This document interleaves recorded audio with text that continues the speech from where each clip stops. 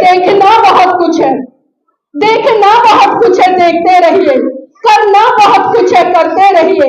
समाज आज भी बलिदान मांगता है, पर सच तो यह है मेरी बहनों, आज आपसे आपकी जान नहीं बल्कि आपका ईमान मांगता है। हमने माता रमाबाई का हाथ पकड़ते हुए कहा कि रमा, रमा मुझे माफ करना, रमा मुझे माफ करना। ऐसा नहीं है कि मैं तेरा सत्कार नहीं कर सकता, रमा ऐसा नहीं है कि मैं तेरा सम्मान नहीं कर सकता, रमा ऐसा नहीं है कि मैं तुझे आभूषणों से नहीं ला सकता, रमा ऐसा नहीं है कि मैं तुझे 100 सुंदर एक साड़ी नहीं पहना सकता, लेकिन रमा जितनी जिम्मेदारी मेरी तेरे प्रति है उससे कहीं ज्यादा जिम्मेदारी मेरी भारत देश की प्रत्येक महिला के प्रति है, जिसके शरीर पर आज शरीर ढकने के लिए ठीक से वस्त्र भी नहीं मिलता।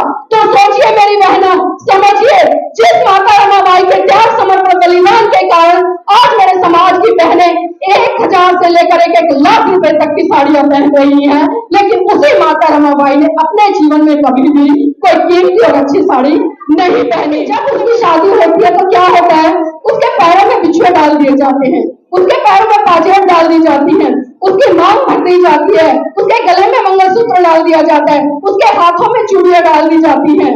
लेकिन जब वहीं दूसरी तरफ हम पुरुष को देखें तो सर से लेकर पांव तक पुरुष के शरीर पे आपको एक भी आभूषण ऐसा नहीं दिखाई देता जिससे यह पता चले कि वो शादीशुदा है। दूसरे की बेटी को शादी करके अपने घर में ला रहे हो तो वो भी आपकी बेटी बन जाती है, वो भी आपकी बेटी है।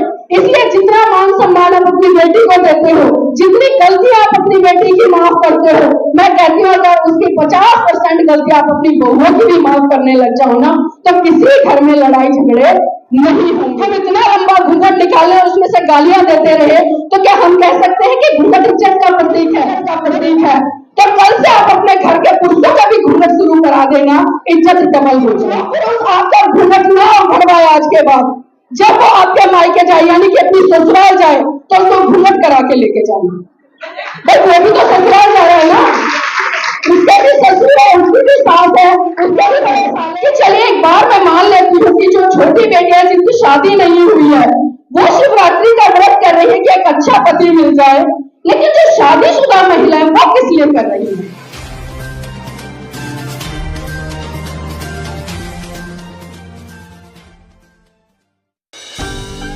सर्वप्रथम महापाणी तथागत बुद्ध को अपनी संकल्पनाओं के सुमन अर्पित करते हुए समस्त भारतीय नारी के मुक्तिदाता, बहुजनों के मुक्तिदाता, दुनिया का सूरज, ज्ञान का प्रतीक, संविधान के रचयिता परम पूज्य बाबा साहब को सत सत नमन करते हुए बहुजनों को भारत में सत्ता के गलियारों तक ले जाने वाले सहा मान्यवर काशीराम जी को नमन करते हुए इस देश को पाखंडवाद से अपनी जूती की नोक से धराशाही करने वाले पेरियार जी को नमन करते हुए इस देश में शिक्षा की अलग जगह कर महिलाओं के लिए शिक्षा के द्वार खोलने वाले फूले दंपति राजपिता ज्योतिबा फूले और माता सावित्रीबाई फूले जी को नमन करते हुए अपनी 20 बीघे जमीन को बेचकर सच्ची रामायण का इतिहास रचने वाले ललई सिंह यादव जी को नमन करते हुए और इस देश में जाट समुदाय को एक नई दिशा देकर उसको एक नई क्रांति का संचार करके आगे बढ़ाने के लिए प्रेरित करने वाले सर छोटू राम जी को नमन करते हुए और इस देश में संतों के संत कबीर जी जिन्होंने साफ साफ कहा कि पाथर पूजे हरि मिले तो मैं पूजू पहाड़, तासे तो चाखी भली जो पीस खाए संसार, उनको नमन करते हुए संत शिरोमणि गुरु रविदास जी जिन्होंने साफ साफ कहा कि ऐसा चाहूं राज में जहां मिले सबन को अन्न, छोट बड़ो सब सम रहे रैदास रहे प्रसन्न। मैं ये कहना चाहूंगी कि बहुजन समाज में जितने भी संत महान पुरुष आते हैं उनको मैं कोटि कोटि नमन करती हूँ और खासकर आज इस गांव के सभी सम्मानित साथियों को, बहनों को, मेरी माताओं को मेरा क्रांतिकारी जय भीम, नमो बुद्धाय। आज हम परम पूज्य बाबा साहब की 135वीं जयंती मनाने के लिए यहाँ पर एकत्रित हुए हैं, तो इसके पीछे कोई ना कोई कारण ठोस होगा, क्योंकि जयंतियां हम हर साल मना लेते हैं, हर साल हम बाबा साहब की जय जयकार कर लेते हैं, हर साल हम बाबा साहब का गुणगान कर लेते हैं, हर साल हम इसी तरह से कहीं ना कहीं एक स्थान पर एकत्रित होते हैं और अपने विचारों का आदान प्रदान कर लेते हैं। लेकिन क्या उन विचारों से कोई बदलाव हमारे जीवन में आया कि 1 साल पहले जो हमने बातें सुनी, क्या उन बातों को हमने अपने जीवन में मनोसात किया? उन बातों चिंतन मनन किया, और चिंतन मनन करके क्या हमने अपनी आने वाली पीढ़ी को या अपने आप को उन विचारों से अवगत किया जिन विचारों को देने का हमें हमारे महान पुरुषों ने काम किया। तो आज कहीं ना कहीं हम देख रहे हैं, और खासकर मुझे दुख होता है कि भारत देश में जैसे जैसे किसी भी महान पुरुष की जयंती आती है, हम बड़े बड़े कार्यक्रमों का आयोजन कर लेते हैं, बड़े बड़े मंच लगा लेते हैं, भीड़ इकट्ठी कर लेते हैं, और एक दिन उन महान पुरुषों की जय जयकार करके, नीले झंडे लहराकर, पंसील के झंडे लहराकर, जय भीम बोलकर, जय जयकार बोलकर हम 364 दिन सर पर चादर टांग कर हुए सो जाते हैं। तो क्या बताइए, ऐसे हम अपने महान पुरुषों के कारवा को आगे बढ़ा पाएंगे? क्या ऐसे हम अपनी आने वाली इस भावी युवा पीढ़ी को अपने महान पुरुषों के सिद्धांतों से रूबरू करा पाएंगे? शायद नहीं। मेरी बहनों, मेरे भाइयों, अगर हम किसी भी महान पुरुष की जयंती मना रहे हैं, उसकी जयंती मनाने की सार्थकता तभी है जब हम उनके विचारों को पढ़े, समझे, उन्हें मनोभाव करें और अपने जीवन में एक नई क्रांति का संचार करते हुए इस देश के लिए एक अच्छी नई बेहतरीन दिशा देकर इसको आगे प्रेरित करने के लिए काम करें। लेकिन आज कितने बड़े स्तर पर हो रहा है, इस क्षेत्र में मेरा लगातार कई बार आना हुआ है, चाहे साहब माननीय काशी राम जी की जयंती की बात करूं या बाबा साहब की जयंती की बात करूं या तमाम सामाजिक संगठनों के तहत जो जन जागृति के कार्यक्रम चलाए जाते हैं, मैं कई बार यहाँ पर आई हूँ और मैं अक्सर चर्चा करती हूँ, क्योंकि आज भी जिस संदर्भ में मुझे बुलाया गया है, मुझसे पूर्व वक्ताओं ने बाबा साहब के जीवन संघर्ष को लेकर यहाँ पर चर्चा की, उनके बारे में जो तमाम जीवन परिचय था उस पर चर्चा की। लेकिन मेरा एक सवाल है आपसे, क्योंकि खासकर आप महिलाएं हैं, और बाबा साहब ने कहा था कि मैं किसी भी समाज की उन्नति इस बात से आता हूँ कि समाज की महिलाएं कितनी पढ़ी लिखी हैं और जागरूक है। मैंने यहाँ पर शब्द इस्तेमाल किया है जागरूक, क्योंकि ये शब्द बाबा साहब ने इस्तेमाल किया है। आज अगर पूरे भारत देश का सिनेरियो हम उठाकर देखें, महिलाओं की जो आबादी है भारत देश में वो 50% है, लेकिन जब जागरूकता की बात आती है, या एक तरह से मैं कहूंगी क्योंकि भागीदारी की बात आती है, वो शून्य नजर आती है। आज हमारे पास में एक से बढ़कर एक डिग्रियां हैं। आज मेरे समाज की बहनें, अगर मैं ये कहूँ कि चपरासी से लेकर राष्ट्रपति तक बन रही हैं, तो इसमें कोई अतिशयोक्ति ना होगी। लेकिन क्या उन बहनों में जागरूकता है? आज हम डॉक्टर हैं, इंजीनियर हैं, जज हैं, वकील हैं, साइंटिस्ट हैं, एक से बढ़कर एक पद हमारे समाज की, इस देश की बहनों के पास है, लेकिन क्या उनमें जागरूकता है?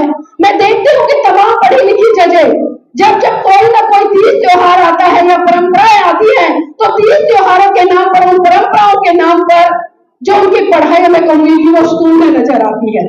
अभी पिछले दिनों मैंने देखा कि जिस तरह से महाशिवरात्रि का व्रत आया, मेरी बहनों ने बड़े चाव के साथ, हर्षोल्लास के साथ शिवरात्रि का व्रत किया। और जब मैंने चर्चा की, क्योंकि अभी पिछले दिनों मैं राजस्थान में थी, वहां पर बहुत सारी छोटी छोटी बेटियां थी, उन्होंने कहा कि दीदी हमने भी शिवरात्रि का व्रत रखा। तो मैंने सवाल किया कि बेटा ये बताइए, अभी तो आपकी पढ़ने की उम्र है, मुश्किल से आप कोई 10th क्लास में होंगे, कोई 12th में होंगे, फर्स्ट ईयर के स्टूडेंट होंगे, कोई MA के स्टूडेंट होंगे, तो आप शिवरात्रि का व्रत क्यों कर रहे हैं? तो मुझे जानकर आश्चर्य हुआ, सामने से जो उत्तर आया, उन्होंने कहा कि दीदी अच्छा जीवन साथी मिले, यानी कि अच्छा पति मिले, इसलिए हम शिवरात्रि का व्रत कर रहे हैं। अब मेरा एक सवाल है कि चलिए एक बार मैं मान लेती हूँ कि जो छोटी बेटियां जिनकी शादी नहीं हुई है, वो शिवरात्रि का व्रत कर रही है कि एक अच्छा पति मिल जाए, लेकिन जो शादीशुदा महिलाएं वो किस लिए कर रही है? क्या जो पति उनके पास है उससे संतुष्ट नहीं है? भाई इसका मतलब तो यही हुआ ना, जब कवारी लड़की अच्छे पति के लिए कर रही है, लेकिन सवाल यहाँ पर यह भी खड़ा हो रहा है कि जो शादीशुदा महिलाएं हैं वो किस लिए कर रही है, किस लिए कर रही है?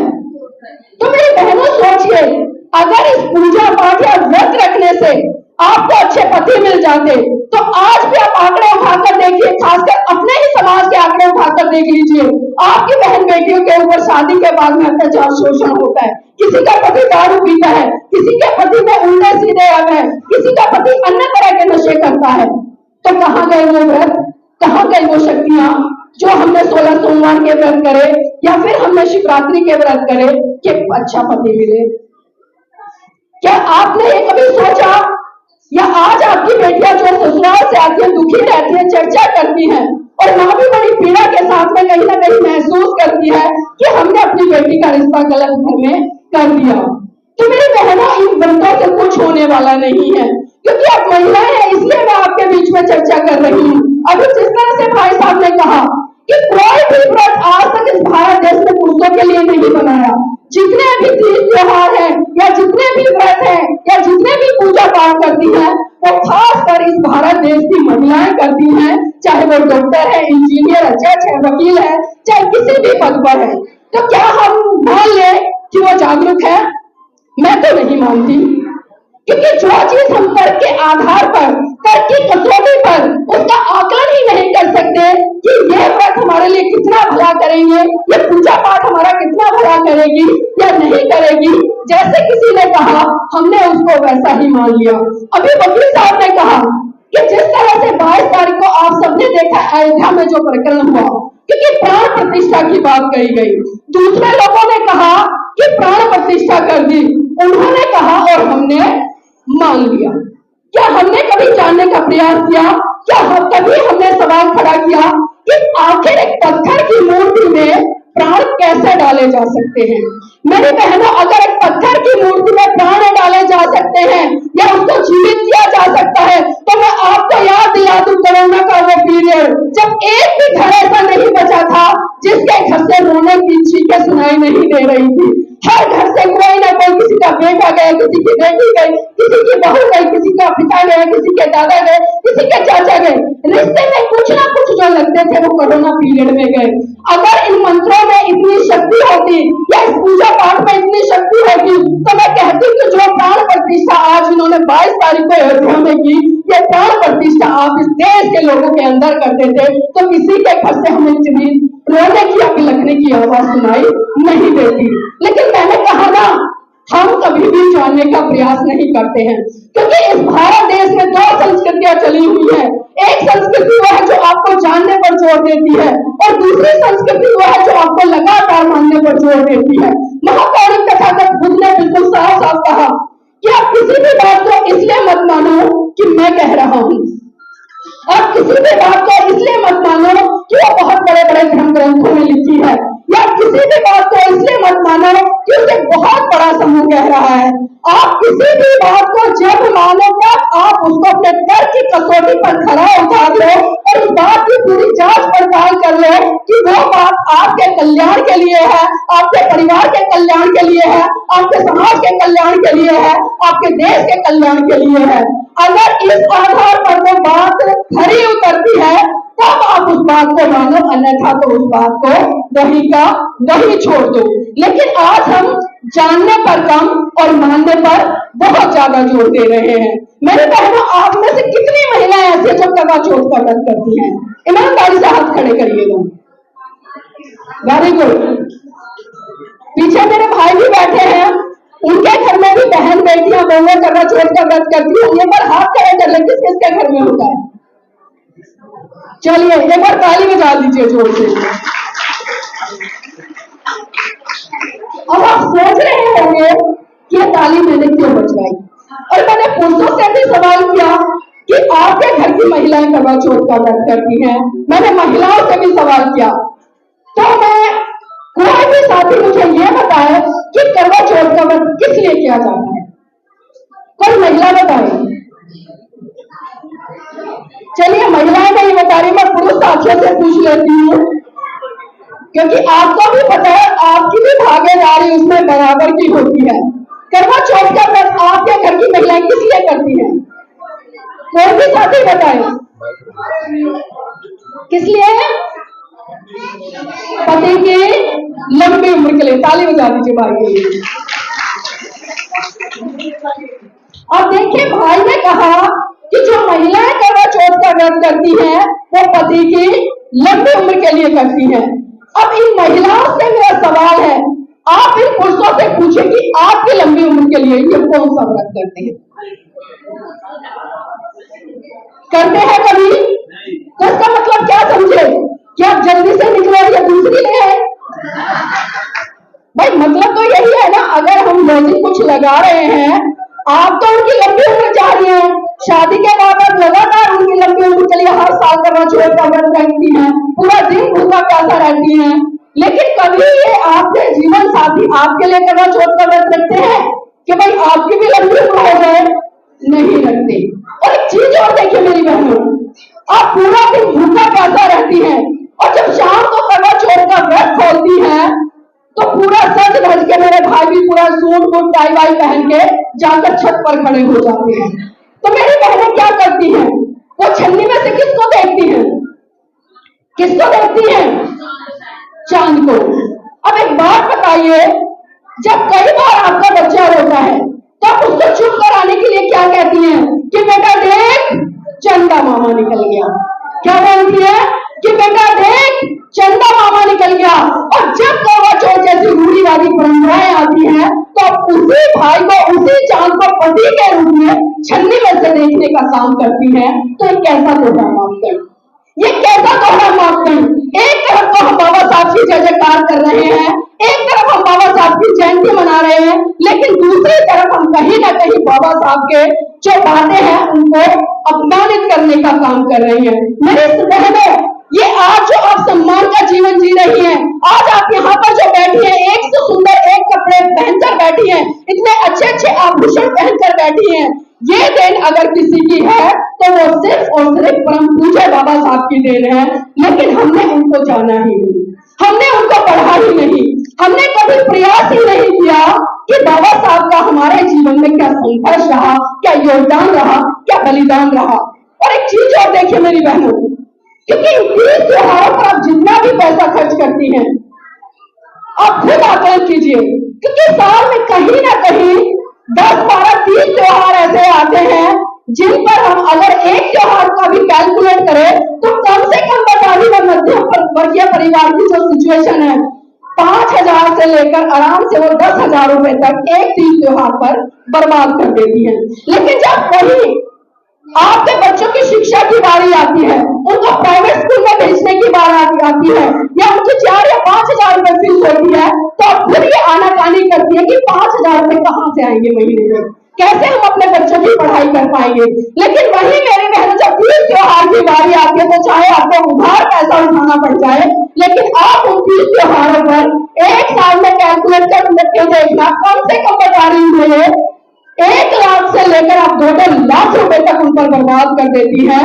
और यहाँ पर मैं ये भी कहना चाहूंगी कि जिस दिन मेरे समाज की, मेरे देश की बहनों ने समझ लिया कि जो 1 या 2 लाख रुपए आप इन तीज त्योहारों पर, इन परंपराओं पर खर्च कर रही है, वो पैसा यहाँ पर खर्च ना कर बल्कि अपने बच्चों की शिक्षा पर खर्च करोगे, तो मैं गारंटी से कह रही हूँ कि आपके बच्चे इस देश के डॉक्टर बनेंगे, इंजीनियर बनेंगे, जज बनेंगे, यहाँ तक इस देश के राष्ट्रपति का प्रधानमंत्री भी बनेंगे।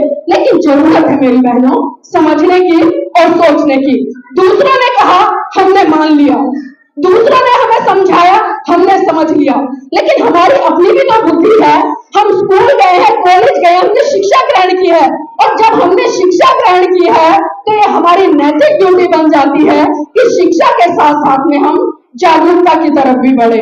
तो मेरी बहुत सारी बातें हैं यहाँ पर करने के लिए बहनों से, और मैं देख रही हूँ कि मेरी कई बहनें यहाँ घूंघट करके बैठी है ना, पीछे मेरे पुरुष साथी बैठे हैं, बड़े स्वतंत्र बैठे हैं, किसी के सर पे कोई कपड़ा नहीं है, कोई गले में चुन्नी नहीं है, किसी तरह का घूंघट नहीं है।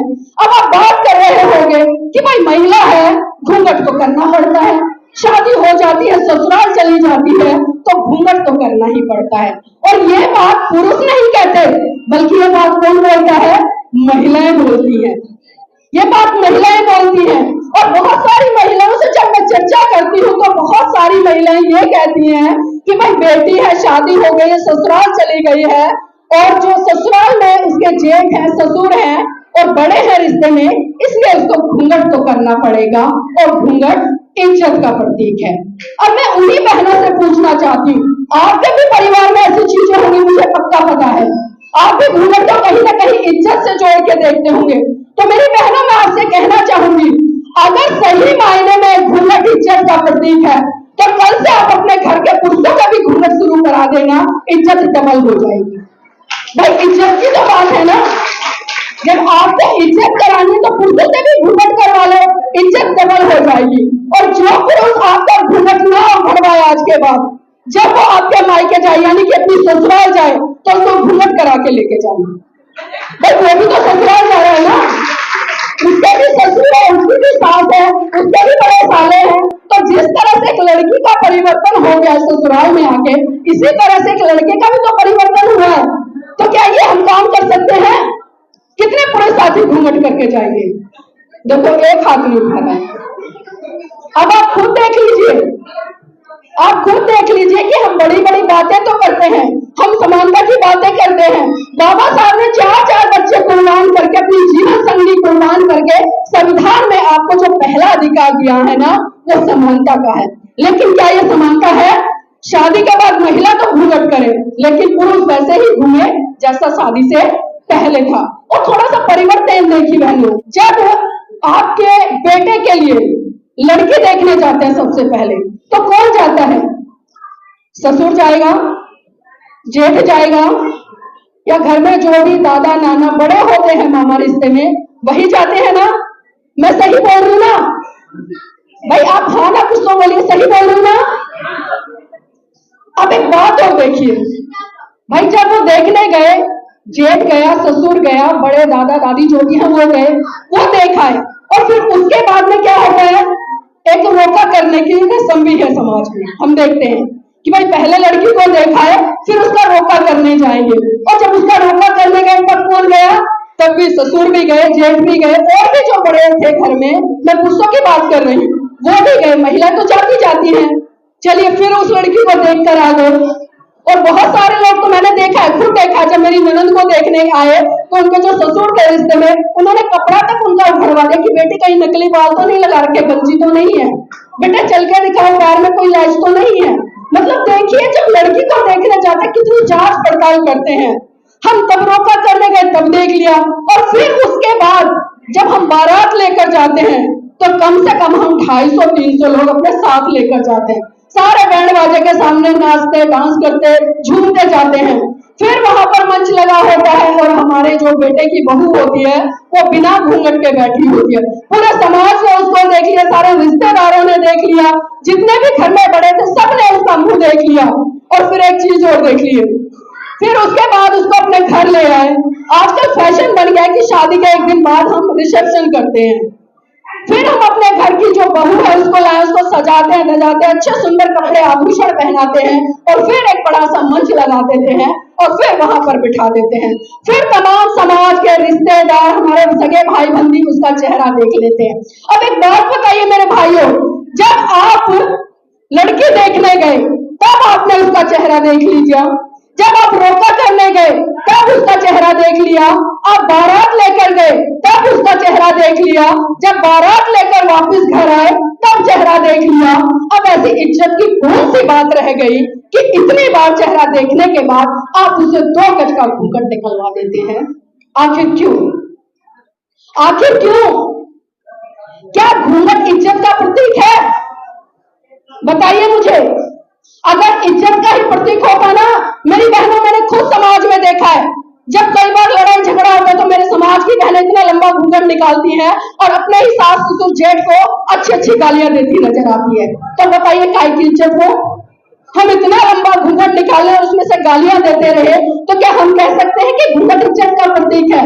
मेरी बहनों, अगर इज्जत करनी है या मेरे भाइयों आपको इज्जत करानी है तो इज्जत होती है मान सम्मान की, इज्जत होती है नजरों की। अगर आपकी बहू आपका मान सम्मान करे तो ये बड़ी बात है, घूंघट निकालकर आपको अच्छी अच्छी गालियां देते रहे। निर्णय आपका है, मेरे मन में विचार थे मैंने रख दिए, लेकिन ये सोचना आपको है कि आपको किस दिशा में बढ़ना है और घूंघट करने से नुकसान कितने हैं। थोड़ा सा एक बार इस विषय पर भी जाकर मैं चर्चा कर लेती हूँ ताकि आप भी कुछ चिंतन मनन करें। मेरी बहनों, अगर आप यहाँ पर घूंघट उखाड़ कर बैठी हैं, समाज के तमाम लोग आपको जानते हैं कि वो फलाने की बेटी है, फलाने की बहू है, फलाने की पत्नी है, फलाने की भाभी है, और भविष्य में आपके साथ में आप कहीं बाहर जाते हो, कोई ऐसी घटना घट जाए, आपके साथ में मन चले लड़के आपको घेर ले, तो जब समाज का कोई व्यक्ति आपका जानकार वहां से गुजर रहा है तो वो तुरंत देखेगा, अरे ये तो हमारे समाज की बेटी है, वो तुरंत आपको बचाने के लिए आएगा। लेकिन जब उसने आपका चेहरा ही नहीं देखा होगा तो वो कैसे बचाएगा? चाहे आपकी इज्जत लुट जाए, चाहे आपको कोई जान से मार जाए। तो मेरी बहनों सोचिए, ये घूंघट कोई इज्जत का प्रतीक नहीं है। और मैं अपने पुरुष साथियों से भी एक बार आग्रह करना चाहूंगी कि जिस तरह से आप अपने घर की बेटी को मान सम्मान देते हो, कभी अपनी बेटी से घूंघट नहीं कराते क्योंकि हम कहते वो हमारी बेटी है। लेकिन आप जब दूसरे की बेटी को शादी करके अपने घर में ला रहे हो तो वो भी आपकी बेटी बन जाती है, वो भी आपकी बेटी है। इसलिए जितना मान सम्मान आप अपनी बेटी को देते हो, जितनी गलतियां आप अपनी बेटी की माफ करते हो, मैं कहती हूँ अगर उसकी 50% गलतियां आप अपनी बहुओं की भी माफ करने लग जाओ ना, तो किसी घर में लड़ाई झगड़े नहीं होंगे। तो एक बार हाथ खड़ा करके यहाँ पर संकल्प ले, मैं जबरदस्ती नहीं कर रही हूँ, खासकर मैं पुरुष साथियों से बोल रही हूँ कि आज के बाद जो लोग ये कह रहे कि हम बाबा साहब के अनुयायी हैं, अपने घर की बेटियों से यानी कि बहुओं से घूंघट नहीं करवाएंगे। कितने लोग हैं? वेरी गुड, ताली बजा दीजिए।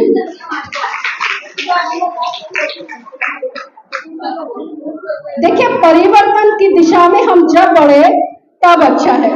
और यहाँ पर मैं दोबारा से लौट कर आपके ही विषय में आती हूँ, क्योंकि महिलाओं के संदर्भ में मुझे बुलाया हुआ है। मुझसे पूर्व वक्ताओं ने बाबा साहब के जीवन संघर्ष पर बहुत लंबी चर्चा की। मेरी बहनें पर हाथ खड़े कीजिएगा, दोनों हाथ खड़े करें, सभी बहनें, दोनों ऊपर तक दिखाई देने चाहिए सबके हाथ।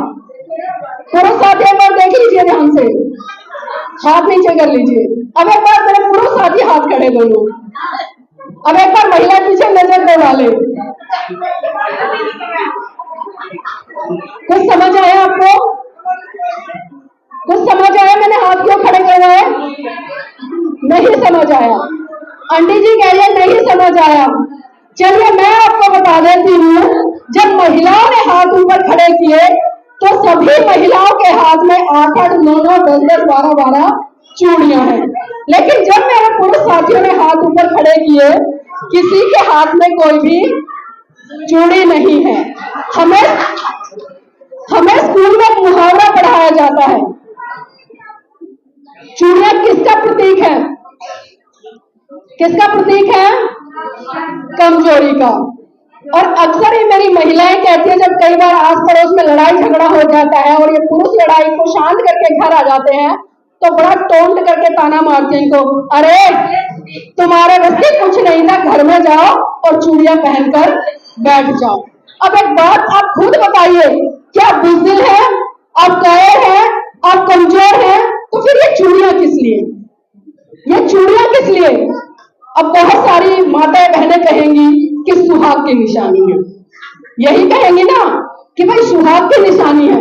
अब पुरुष क्यों नहीं पहन रहे, इनके सुहाग की निशानी क्या है? भाई हमें उनका भी तो पता चले ना।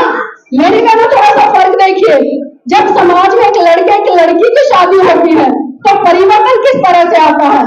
जब एक लड़की शादी से पहले थी उसके शरीर पे कोई आभूषण नहीं होता ना, बिल्कुल जिस तरह से एक सफेद वस्त्र होता है इसी तरह से एक बेटी बिल्कुल सफेद उसमें होती है, छवि होती है। लेकिन जब उसकी शादी होती है तो क्या होता है, उसके पैरों में बिछुए डाल दिए जाते हैं, उसके पैरों में पाजेब डाल दी जाती है, उसकी मांग भर दी जाती है, उसके गले में मंगलसूत्र डाल दिया जाता है, उसके हाथों में चूड़ियां डाल दी जाती हैं। लेकिन जब वहीं दूसरी तरफ हम पुरुष को देखें तो सर से लेकर पांव तक पुरुष के शरीर पे आपको एक भी आभूषण ऐसा नहीं दिखाई देता जिससे यह पता चले कि वो शादीशुदा है। भाई एक दो तो कुछ उसको भी लगा देना चाहिए ना शादी का। लेकिन हम कभी भी इस पर जाकर चर्चा नहीं करते। हम जो पीछे से चला आ रहा है उसी को सोच रहे, उसी को समझ रहे हैं। मेरी बहनों, यहाँ बाबा साहब के जीवन संघर्ष से जुड़ी हुई मैं एक दो घटनाओं पर जरूर प्रकाश डालना चाहूंगी, और उसके पीछे कारण यह है क्योंकि मैं चाहती हूँ कि आप अपने महान पुरुषों के जीवन संघर्ष को समझे और उसको जीने का प्रयास करें। जिस दिन मेरे समाज की बहनों ने अपने महान पुरुषों के जीवन संघर्ष को जीना शुरू कर दिया ना, तो इस देश में बहुत बड़ी क्रांति हो जाएगी। मेरी बहनों, बात उस समय की है जब परम पूज्य बाबा साहब विदेश से पीएचडी की डिग्री लेकर महाराष्ट्र लौटे, और जब महाराष्ट्र के लोगों को पता चला कि बाबा साहब आए हैं तो उन्होंने बाबा साहब के सम्मान सत्कार कार्यक्रम में एक विशाल कार्यक्रम का आयोजन किया। और जब ये बात माता रमाबाई को पता चली कि मेरे साहब आ रहे हैं, उनका सम्मान सत्कार कार्यक्रम होगा, तो उनके मन में भी एक जिज्ञासा उत्पन्न हुई, अरे क्यों ना मैं भी उस कार्यक्रम में चलूं और अपने बाबा साहब का सम्मान अपनी आंखों से देखूं। मेरी बहनों, आपको जानकर आश्चर्य होगा, जब माता रमा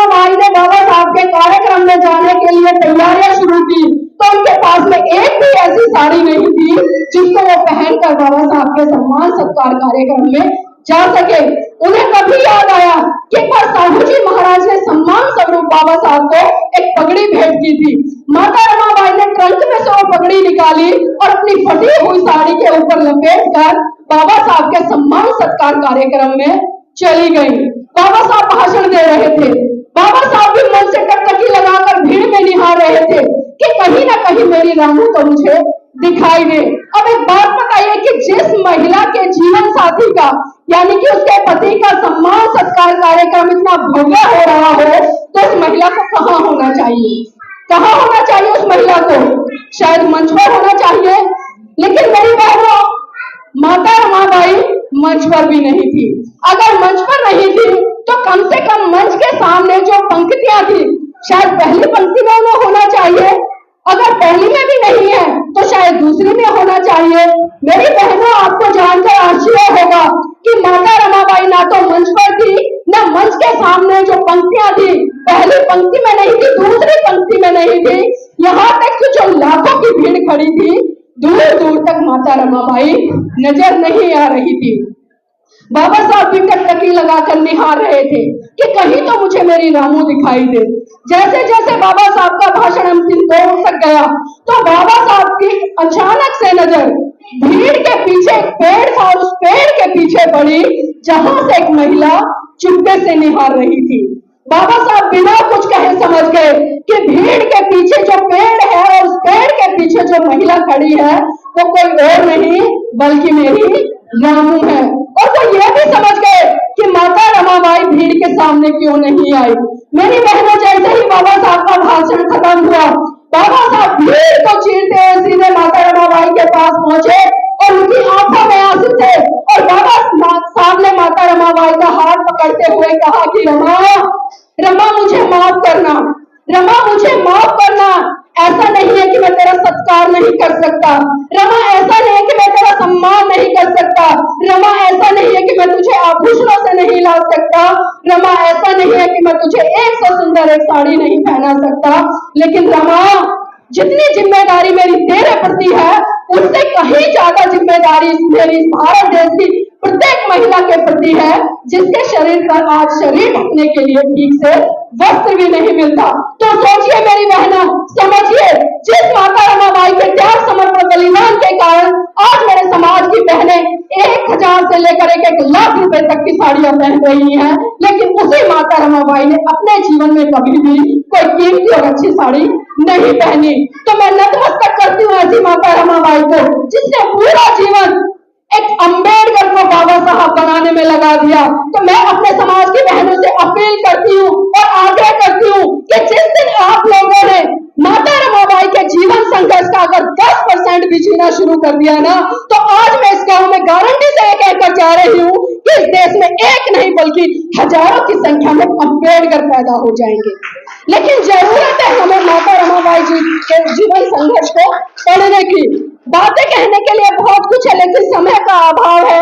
फिर कभी दोबारा मिलेंगे तो विस्तार से चर्चा करूंगी, लेकिन मैं फिर से एक बार यही कहूंगी मेरी बहनों, सोचिए समझिए, क्योंकि आपकी आजादी के द्वार उन महान पुरुषों ने खोले हैं जिन्होंने कभी ठीक से खाना भी नहीं खाया, जिन्होंने कभी पलट कर ये नहीं देखा कि उनके 4 बच्चे भूखमरी से, दवाई से, कुपोषण से, बीमारी से इस दुनिया को छोड़कर चले गए। उन्होंने यहाँ तक नहीं देखा कि जब वो मरे तो उनके पार्थिव शरीर पर 2 गज कपड़ा भी नहीं था। तो मेरी बहनों से इतना ही कहूंगी कि देखना बहुत कुछ है, देखना बहुत कुछ है, देखते रहिए, करना बहुत कुछ है, करते रहिए। समाज आज भी बलिदान मांगता है, पर सच तो यह है मेरी बहनों, आज आपसे आपकी जान नहीं बल्कि आपका ईमान मांगता है, आपका ईमान मांगता है। जय हिंद, जय मोदी।